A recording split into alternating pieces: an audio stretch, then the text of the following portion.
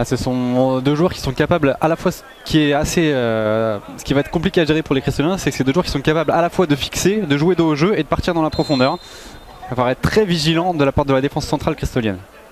Avec ce premier corner de la rencontre donc pour Bourg-en-Bresse, point de pénalty, la tête qui va passer entre les jambes de Cagnon et déjà Benjamin Cornier dans cette surface pour aller anéantir, aller toucher les premiers espoirs cristoliens en ce début de rencontre. L'entame parfaite sur ce corner de Soubervie et donc Bourg-en-Bresse qui mène déjà 1-0.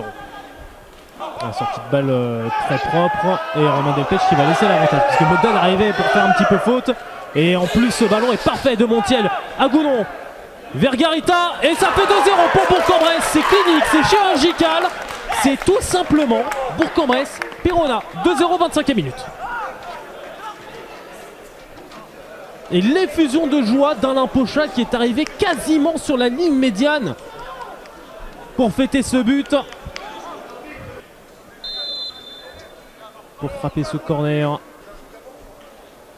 Toujours avec son pied droit. Avec toujours du monde dans la surface de réparation. Et encore une fois la tête de Cornier. Le doublé de Benjamin Cornier sur un nouveau corner d'Anthony Soubervie. C'est absolument parfait pour Bourg-en-Bresse qui mène désormais 3-0 à la 36e minute.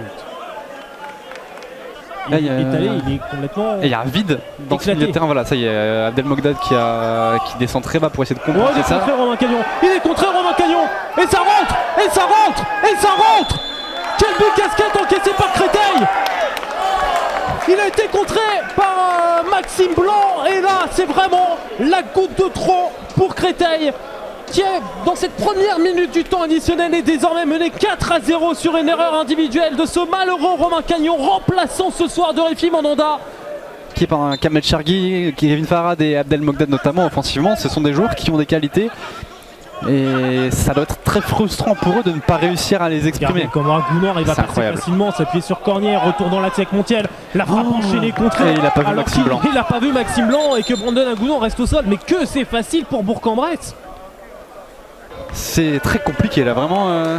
Ouais, tellement compliqué pour les Béliers que finalement on n'a que 2 minutes de temps additionnel au minimum. Et les Bressans vont tranquillement rentrer au vestiaire en menant 4-0, score le plus large sur une première période de cette saison dans le championnat national. Et il fallait que ça tombe.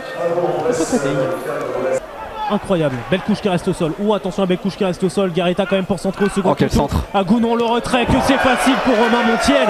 Que c'est facile pour Romain Montiel. Si vous voulez une démonstration de beau football, rapide, efficace, clinique, demandez à cette équipe d'Alain Pochat qui mène désormais 5-0 grâce à Romain Montiel, 54e minute de jeu.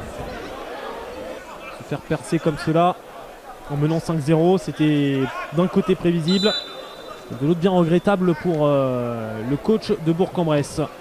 Soubervie pour le corner en retrait, la frappe sauvée sur la ligne par Abdelmalek Mogdad.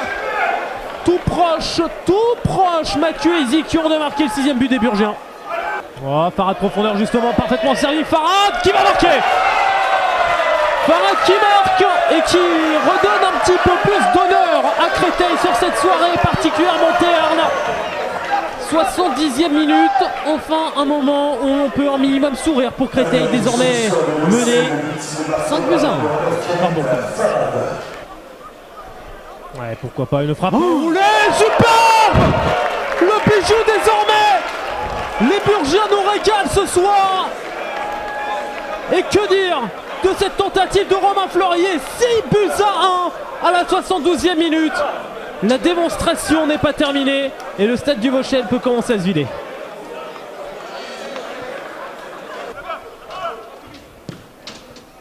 Ouais, le centre de Soubervie, remise de Karchi. Oh, Wassani!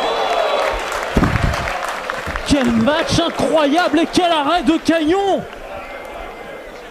On a fait avoir le 7-1.